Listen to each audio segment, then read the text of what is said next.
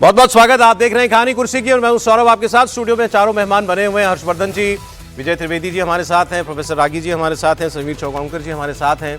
अब दिल्ली में जो प्रदर्शन हो रहा है वो देश के अलग अलग शहरों में घूमता फिरता भी दिखाई दे रहा है। कई जगहों पर जोरदार प्रदर्शन शुरू हो गया है छात्रों के मुद्दे को लेकर के ही। पटना, रांची और कटिहार से उग्र प्रदर्शन की तस्वीरें आ रही हैं। कल भी पटना में बहुत जबरदस्त हंगामा हुआ था, कटिहार में आज पथराव हुआ। पटना में पुलिस और प्रदर्शनकारी आज फिर आमने सामने आ गए। रांची में प्रदर्शनकारियों को करने के लिए भारी बल पुलिस का जो है वो सड़क पर उतारना पड़ा है। ये कटिहार बिहार की तस्वीर देख रहे हैं आप।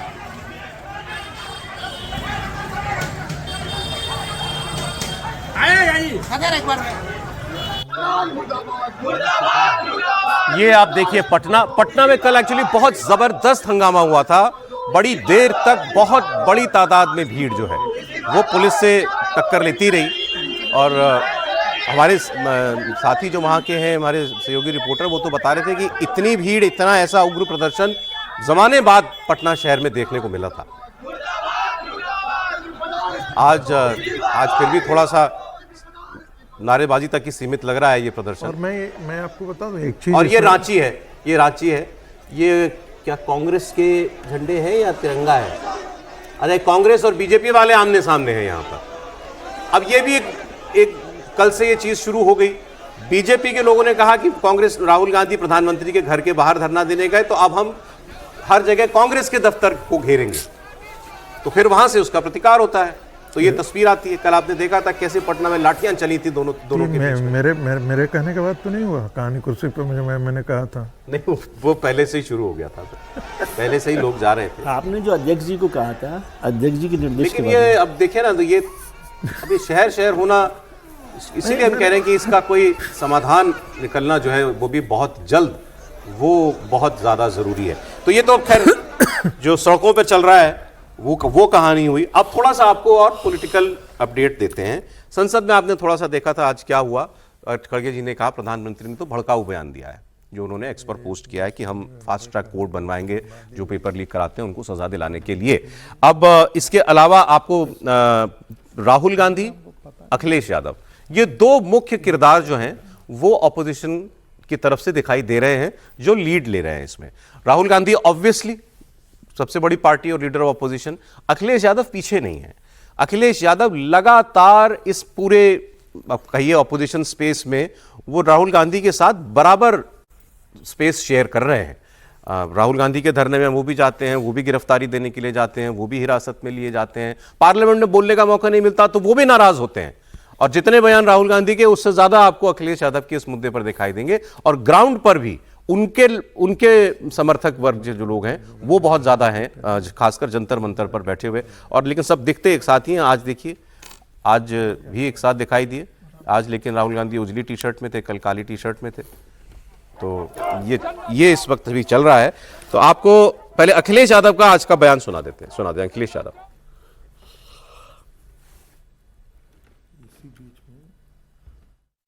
हम तो यूपी की सरकार चलते देख रहे हैं और भारत सरकार भी दिख रही है। अकाउंटेबिलिटी किसकी है? अकाउंटेबिलिटी किसकी है? सरकार की अकाउंटेबिलिटी थी। लगता तो ये है इनकी एबिलिटी इतनी दिखाई देती है कि जो अकाउंट भर दे वही अकाउंटेबिलिटी है इनके लिए तो। और ये तो यूपी में बहुत करीब से हम लोग देख रहे हैं। क्या है अकाउंटेबिलिटी? जो एबिलिटी से अकाउंट भर दे वही एबिलिटी लग रहा है इनकी तो अकाउंटेबिलिटी।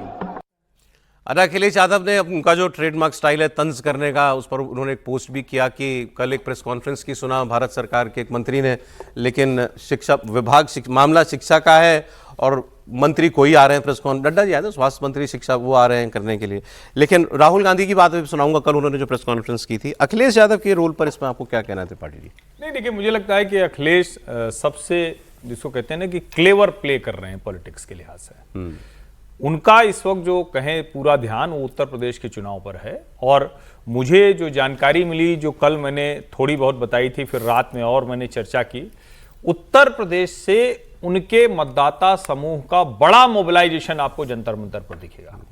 और अगर बसें भर भर के आई हैं। लोग उसको नहीं, बसें भर कर आई हैं, बाकायदा टिकट करा के पूरे पूरे डिब्बे में उनके समर्थक आए हैं, और इसमें कोई बुराई नहीं है, पॉलिटिक्स करने वाले ये करते ही हैं, उनका समर्थक वर्ग है, वो भेजना चाह रहे हैं तो आएगा ही। तो वो बहुत क्लेवर प्ले कर रहे हैं। अब इसमें दो चीजें होती हैं, क्योंकि वो वहां से आएगा और इसका हिस्सा बनेगा, तो जो कई बार कहा जाता है ना कि राजनीति में हमारे साथ हमारा वाला समूह है कि नहीं, वो और ज्यादा उनके साथ पक्का होगा। दूसरा, मान लीजिए कि ये आंदोलन बड़ा होता है और उनसे निकले हुए लोग लौट कर जाएंगे, तो फिर नए सिरे से मोबिलाइजेशन वो कर सकेंगे।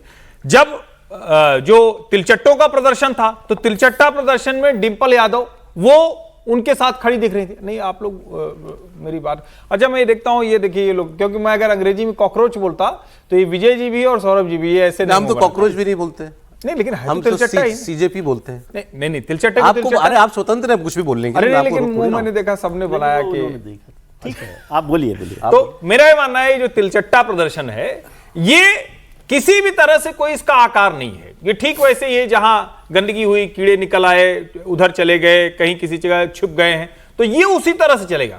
और इसका खतरा ये है कि इस अंदाज में जो अराजकता होती है, अपराध होता है, गुंडागर्दी, मैंने पढ़ा कि कहीं का कोई एक अपराधी है, वो भी अभिजीत दीपके के बगल में, वो कहां सीलमपुर का या कहां का गुंडा है, वो जो है उसके मंच पर दिखा। तो ऐसे ढेर सारे लोग दिख रहे हैं, लेकिन सरकार को समझना पड़ेगा, और समाजवादी पार्टी इस पूरे मामले में सबसे बेहतर प्ले कर रही है। अच्छा, अखिलेश जी पॉलिटिकली, और जो एम्पैथी के साथ डिंपल यादव दिखी, दोनों बहुत अच्छे से। हाँ, डिंपल जी, अच्छा वो काफी वक्त से जा रही हैं? नहीं, वो अभी भी जा रही हैं। सबसे पहले वो लगातार जंतर मंतर पर हैं, लोगों के बीच में।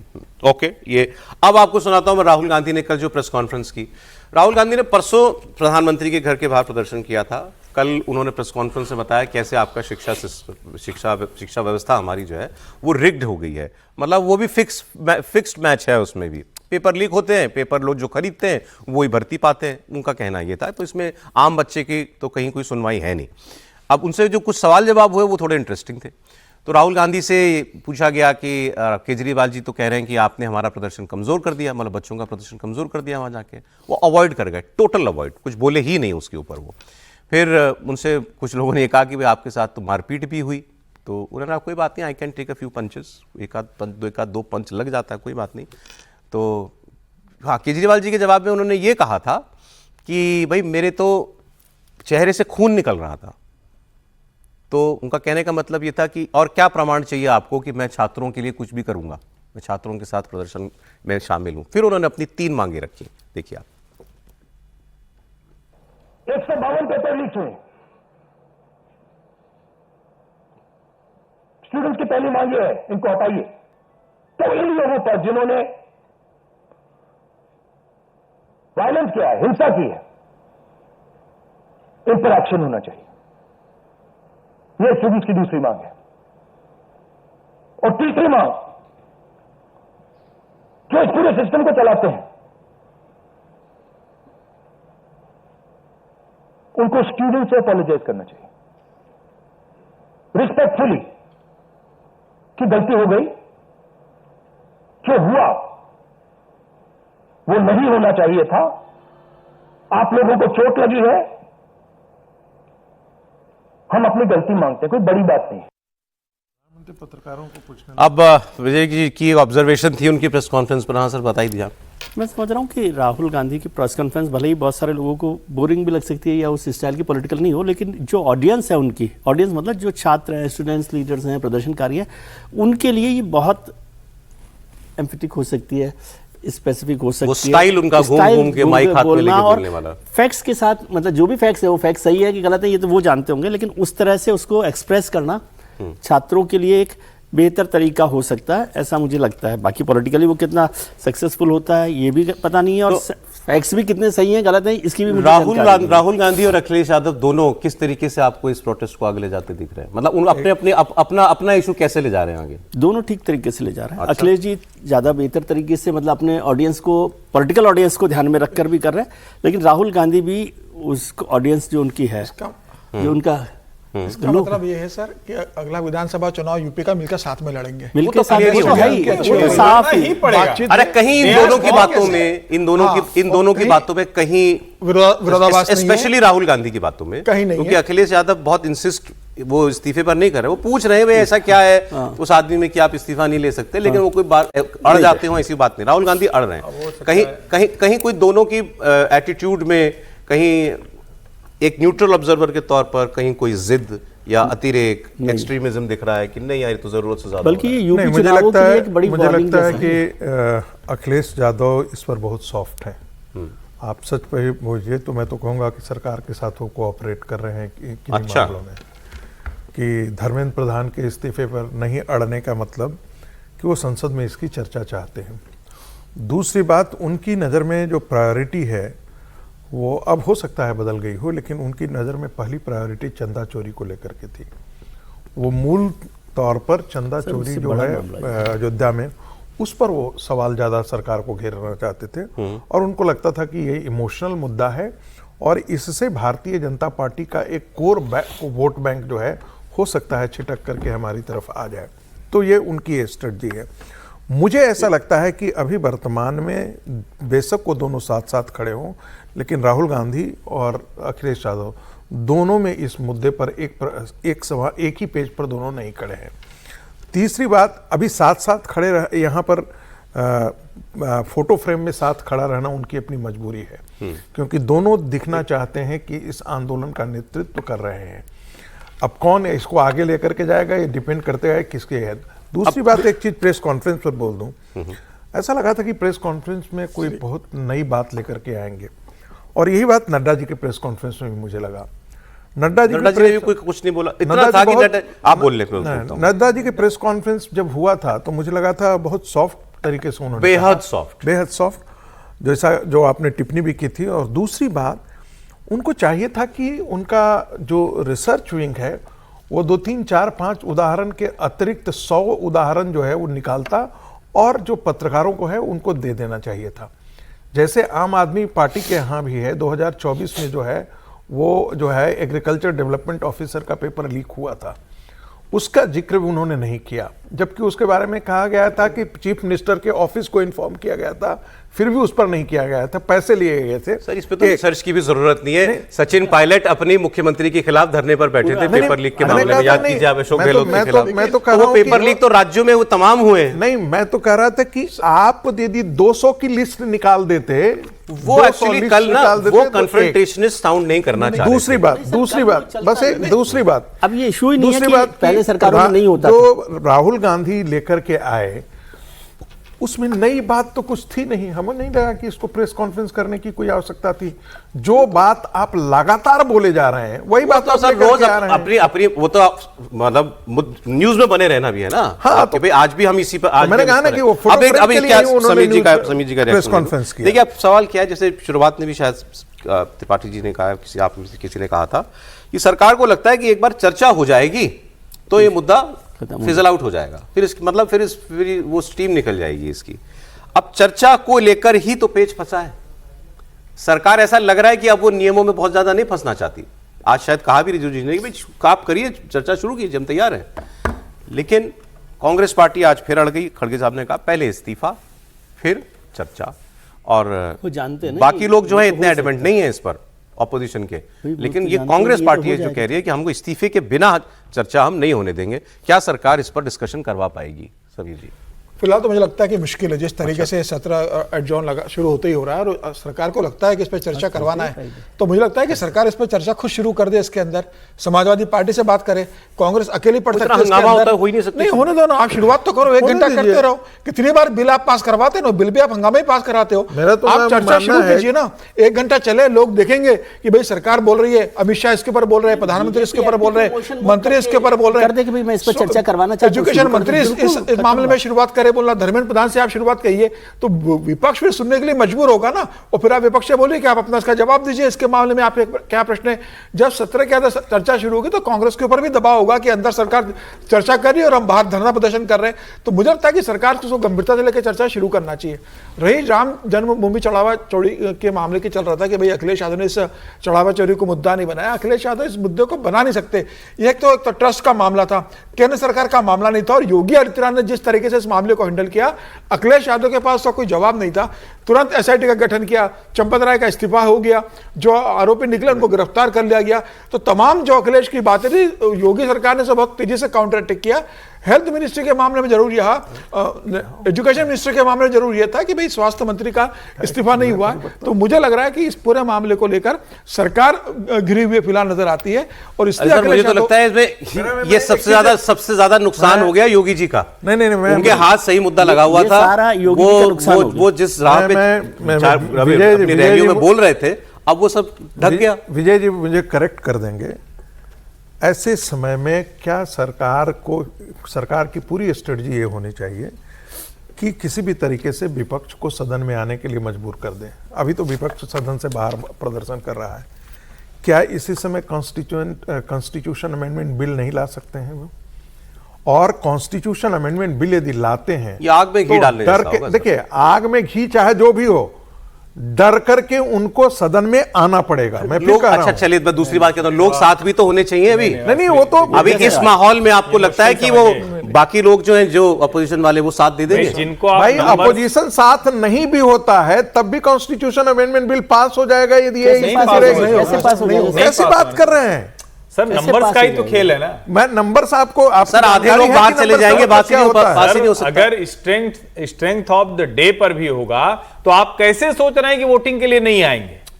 और फिर उसके बाद आप दूसरी बात, अरे उसको भी है कि minimum half of the strength होनी चाहिए हाउस की। हाफ ऑफ द स्ट्रेंथ तो हाउस है ही इनके पास, मैं इसीलिए तो बोल रहा हूं। मैं दूसरी बात कह रहा हूं, फुल होगी और नंबर सरकार के लिए जुटाना कठिन होगा। वो सामान्य स्थितियों में हो सकता है। इस अवस्था में कौन जो है दूसरी जगह जाकर खड़ा दिखेगा? सर कॉन्स्टिट्यूशन ये तो मतलब इस परसेप्शन का, हाँ ये जरूर सरकार को हर हाल में चर्चा करानी चाहिए।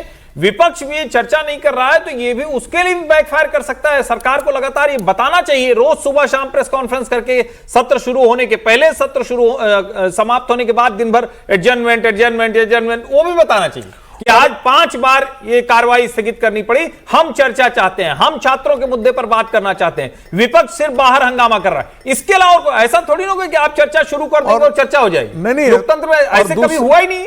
नहीं, दूसरी बार ये जो हमेशा ये हो जाता है कि 12 बजे जो है वो अगले दिन के लिए एडजॉर्न कर दिया जाए। मेरे समझ से अगले दिन के एडजॉर्न करने के बजाय जो है, जो आप कह रहे हैं कि हर इंटरवल पर हर 2 घंटे के बाद आप कीजिए एडजॉर्न, 1 घंटे के लिए करिए, फिर करिए चर्चा के लिए हम आ रहे हैं। सांसद जी लोगों को इसी के लिए पैसा मिलता है भाई, यही उनकी ड्यूटी है, दे आर बाउंड टू। अच्छा, आपने प्रोफेसर साहब की एक बात पर गौर तो किया होगा, कमेंट कर दें। उन्होंने कहा अखिलेश यादव कोऑपरेट कर रहे हैं सरकार के साथ, ऐसा लगा? नहीं, कुछ हद तक तो मुझे भी ये लगता है, क्योंकि उस दिन मुझे जो वो दोनों ही बातें दिखी, जिस तरह से अखिलेश उठे तमतमा कर और सत्ता पक्ष और विपक्ष तय कर लेगा और हम नहीं है यहां, तो वो एक दिख रहा था। दूसरा, कहीं भी अखिलेश जी एग्रेसिव नहीं है। वो अपने समर्थकों को भले बुला रहे हैं, अपनी ताकत भले दिखा रहे हैं, लेकिन वो एग्रेसिव नहीं। जैसे उस दिन जब राहुल गांधी पूरा हाथ पैर छोड़ के और चारों खाने चित्त, वो तो आराम से चल दिए थे, तो उस वक्त क्या था, बैठ गए, कहे चलो। और नेता को तो ये सब करना ही नहीं होता है। राहुल गांधी को फोटो चाहिए थी इसलिए उन्होंने ये सब किया। अखिलेश को उन फोटोज की जरूरत नहीं है अपने वर्कर के लिए उत्तर प्रदेश में। राहुल गांधी को अपने लोगों को बताने के लिए बहुत जरूरत है कि राहुल थोड़ा संघर्ष भी कर सकते हैं। आज तक आपकी राहुल की ऐसी तस्वीरें बताइए, भारत जोड़ो यात्रा में ऐसी तस्वीरें खींच ली जाओ, बात अलग है, लेकिन संघर्ष करते हुए ऐसी तस्वीरें कहां मिलेंगी? उसमें क्या हो समीर जी, आज ये ऑपोजिशन ब्लॉक की मीटिंग होनी थी, राहुल गांधी ने कल कहा था कि उसमें हम तय करेंगे क्या क्या करना है, हाउस चलेगा कि नहीं चलेगा तभी पता चलेगा। अभी दोपहर को मीटिंग है, सुबह तो हाउस का हो गया था, सुबह तय हो गया था कि इस्तीफे के बिना हम सत्र चलने नहीं देंगे। अच्छा। किरण रिजिजू ने अप्रोच किया था, लेकिन सीधा कह दिया मल्लिकार्जुन खड़गे ने कि जब तक इस्तीफा नहीं होगा हम चलने देंगे, राज्यसभा में भी और लोकसभा के अंदर भी। अब शाम को फिर इंडिया गठबंधन के लोग बैठने वाले हैं और फिर आगे की रणनीति तय करेंगे। और मुझे लग रहा है ये तय कर रहे हैं कि रोज पत्रकार वार्ता करेंगे, कोई ना कोई करेगा। कल राहुल गांधी ने की थी, संभावना है कि आज शायद अखिलेश यादव करेंगे या कल सुबह अखिलेश यादव करेंगे। ये रोज प्रेस ब्रीफिंग करने का भी इनका प्लान चल रहा है कि जनता जनता को रोज बताए अच्छा। कि हम क्या चाह रहे हैं। अपोजिशन वाले रोज राहुल गांधी ने कर लिया, संभावना इस बात की कि अखिलेश यादव ब्रीफिंग करेंगे और रोज बताएंगे कि भाई हम चाहते हैं कि सत्र चले, लेकिन सरकार एडमेंट है, धर्मेंद्र प्रधान का इस्तीफा नहीं ले रही है और इसी कारण सत्र नहीं चल रहा है। वैसे केजरीवाल जी ने भी जो है राहुल गांधी को समर्थन दे दिया है एक तरीके से। पहले उनकी पार्टी तो ये कह रही थी कि ये तो मिले हुए हैं मोदी जी के साथ, लेकिन उनसे जब कल सवाल हुआ था कि ऐसा आपके लोगों ने कहा है और राहुल गांधी वहां प्रदर्शन करने गए थे, तो उन्होंने कहा अच्छी बात है, कोई भी व्यक्ति किसी भी तरीके से इस मुद्दे पर अगर साथ में जुड़ रहा है तो अच्छी बात है। उन्होंने सीधा सीधा नहीं कहा, लेकिन नहीं, उन्होंने कहा कि भाई कोई भी व्यक्ति कागज के साथ कहीं भी प्रदर्शन करे, राहुल गांधी वहां प्रदर्शन कर रहे हैं, हम यहाँ प्रदर्शन कर रहे हैं, वो लेकिन दोनों एक दूसरे के साथ नहीं दिख रहे कहीं भी। देखिए नहीं, इसलिए तो पंजाब का इलेक्शन है, कैसे हुआ है? नहीं, लीडरशिप है और पंजाब का तुरंत का मामला है। ब्रेक के बाद सर हम लोग अरविंद केजरीवाल फैक्टर की ही बात करेंगे इस पूरे प्रदर्शन के अंदर। अरविंद केजरीवाल का कितना रोल है इसमें, मोबिलाइजेशन करने में, सलाह मशवरे में। और अरविंद केजरीवाल ने कल एक और चीज़ की और वो मुझे लगता है बहुत इफेक्टिव है। वो थाने थाने घूमकर लोगों को छुड़वा रहे थे जिनको पुलिस ने हिरासत में लिया था।